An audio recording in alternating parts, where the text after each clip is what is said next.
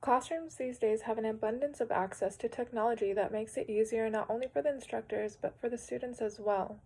Almost any child can immediately pick up on the technology given to them. They're much more adaptive than adults are. Games that will help to exercise the brain and expand it in the process. By playing these, will it not only help them with their outcome in school, but with their whole environment in general.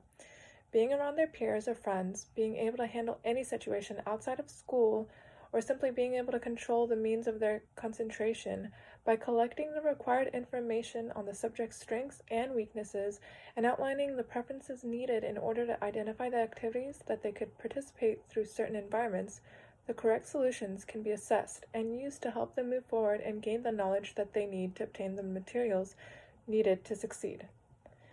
Gaming within a learning environment has always had an enticing aspect to it that really engages most students and invites them to really cooperate with one another and the curriculum on hand.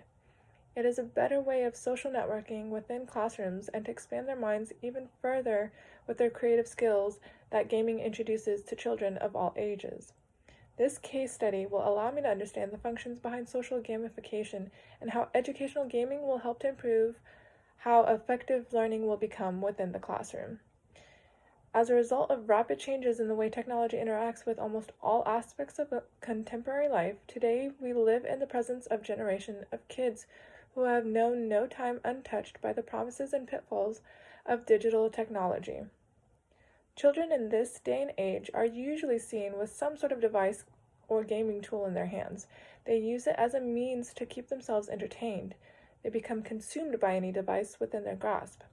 This generation of youth can gain many positive outcomes from using gaming for their educational purposes, such as delving into their creative minds and allowing them to think more outside of the box. Another positive means is the fact that they can multitask. Gaming has actually helped kids expand their minds and grow from exposure to it. In my future career environment, I will implement a way for my students to be able to play a certain video game, which is within the appropriate age range and is safe to play, and to give them only a certain allotted time to play it.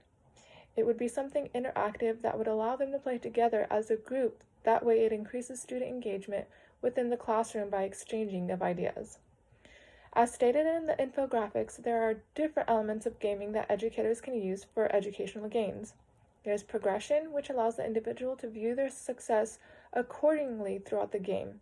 Investment is another element, which is the feeling one gets from the work that they do within the game. And then there's the cascading information theory, which is what helps the individual to gain the knowledge that they are seeking through a continuous period. Gaming devices are another way for children to be able to stimulate their brain in order to produce dopamine.